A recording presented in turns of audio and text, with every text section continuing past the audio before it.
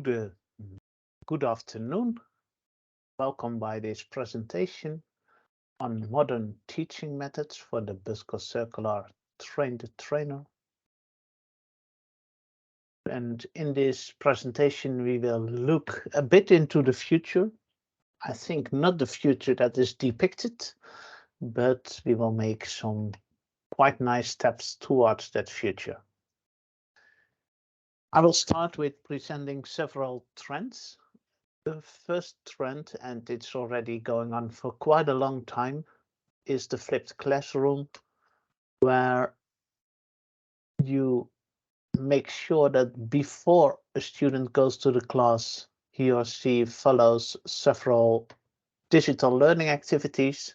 Then during the classroom, interactivity is key, so no presentations anymore, but working towards a goal for a certain class.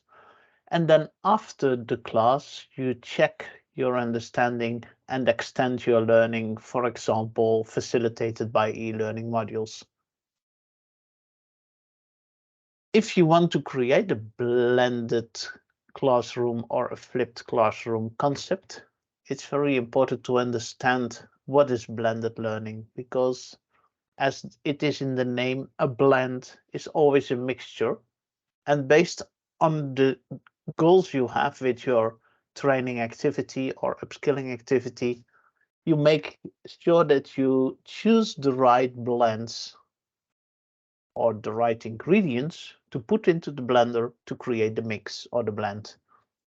It's very important to look to the social context. Are you learning alone, one-on-one, in a group, or in a community? It's also important to blend by using different learning strategies depending on what the learning results should be. Are you giving an exposition, an instruction?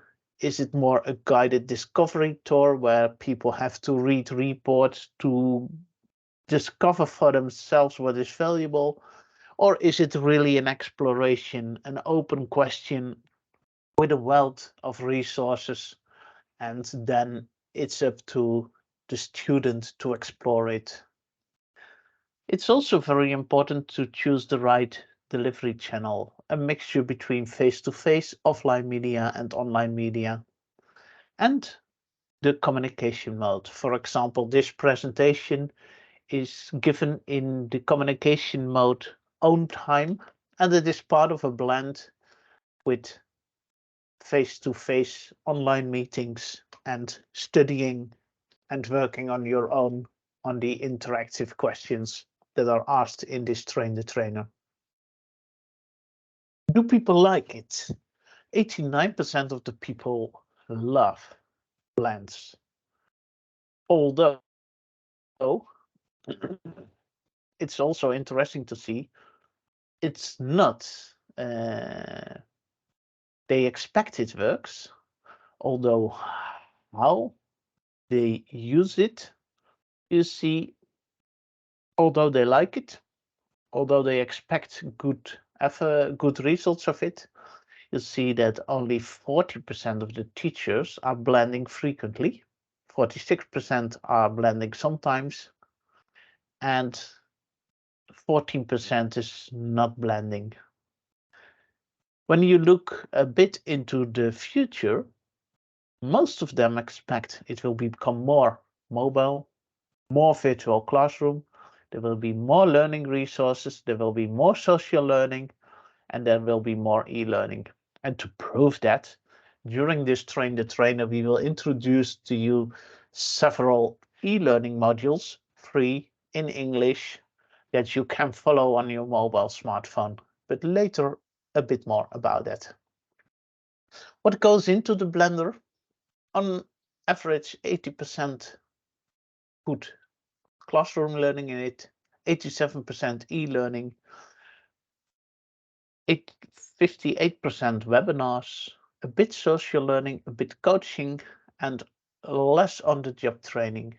Personally, I expect that especially when the digital means are becoming better, that the on-the-job training will increase hugely, because on self-paced e-learning, you need to have a very high intrinsic motivation, and the learning effect is not that good if you are not applying what you learn in your job. So if you are not applying making blends after following this presentation, it was a waste of time.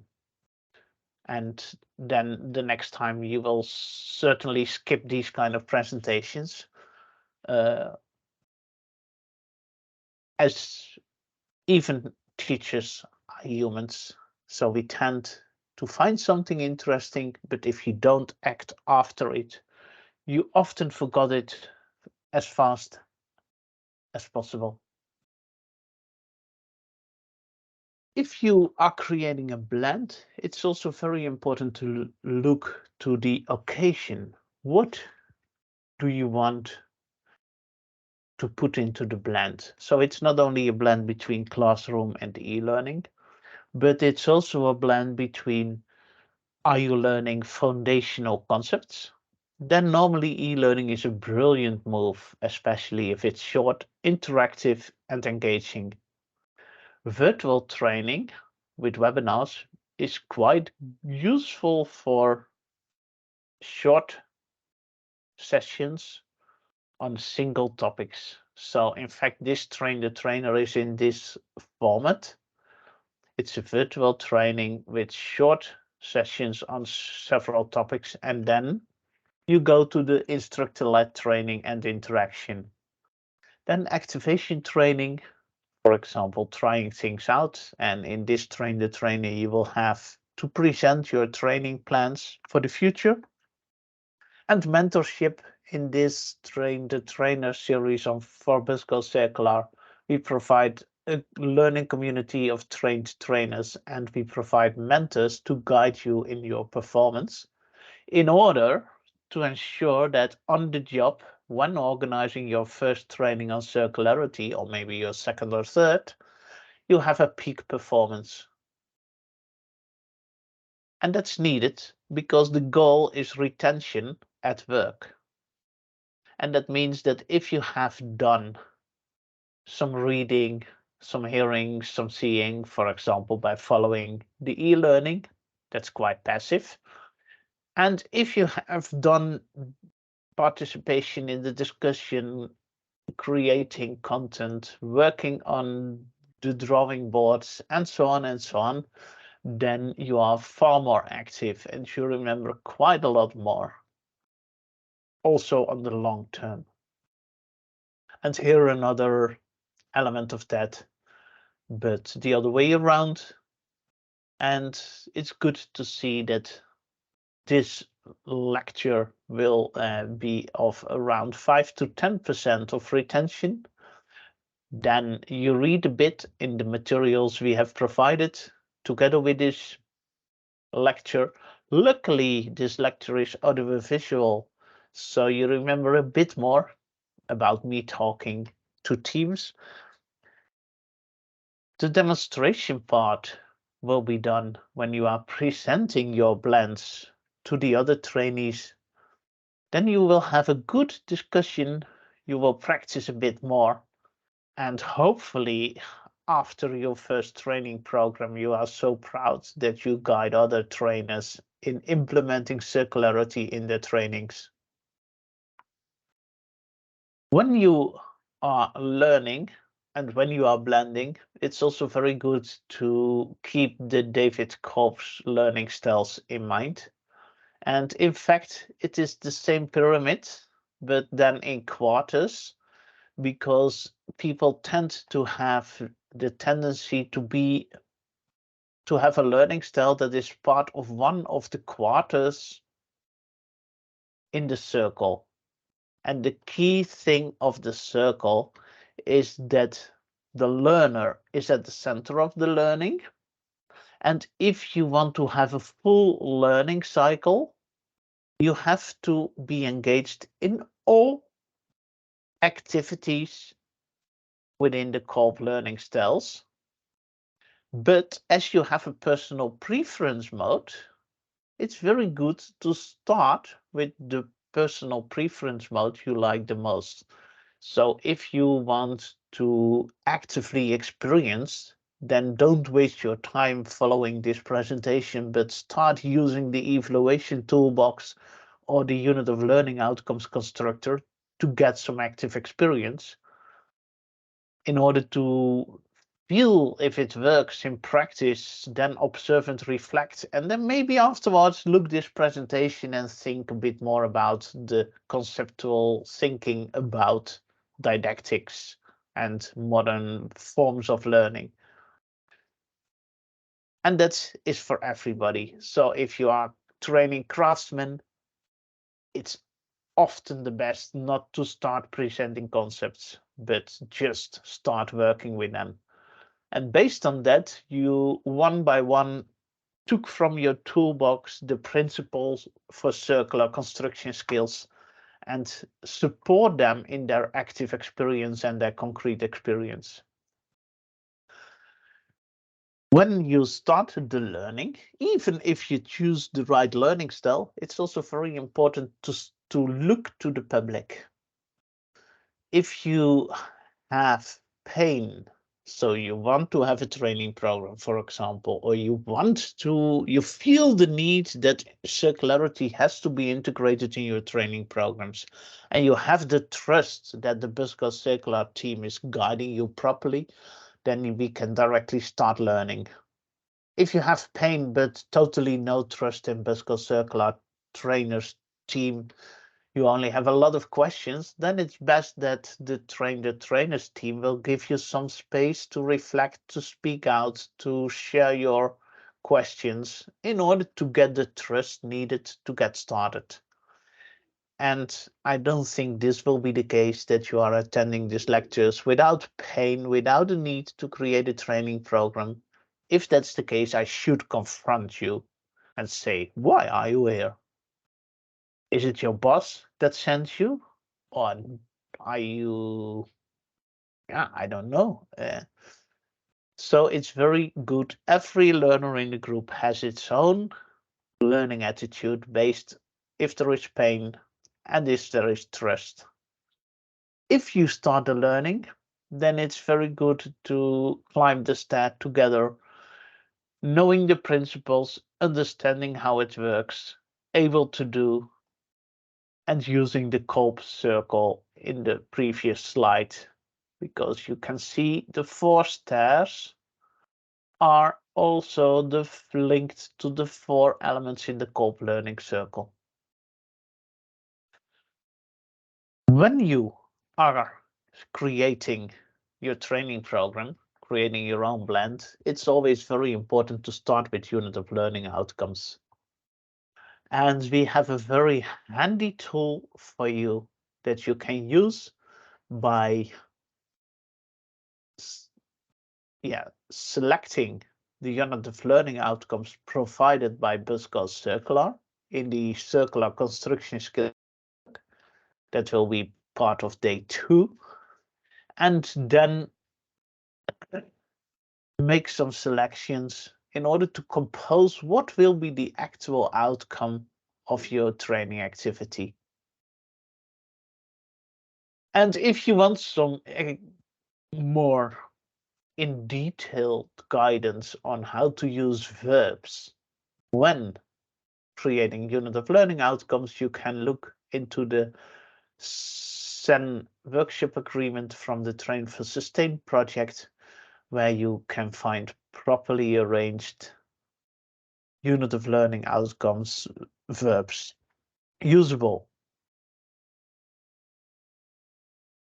Yeah, webinars, sometimes a good format.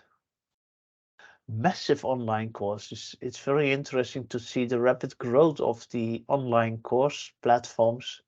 And if you want to learn more on innovative topics, there is an abundance of materials, self-paced, often free, sometimes paid and certified. For example, an edX course on circular economy from TU Delft Learning Group. Or another example, energy-friendly renovation processes, also from the TU Delft. And it's a very nice one because there is a bonsai into play. And yeah, I think you also want to know why the bonsai tree is in this course. So maybe you will look for it and learn why bonsais are important when you are doing an energy-friendly renovation process. In order to get access to resources, both on your workplace.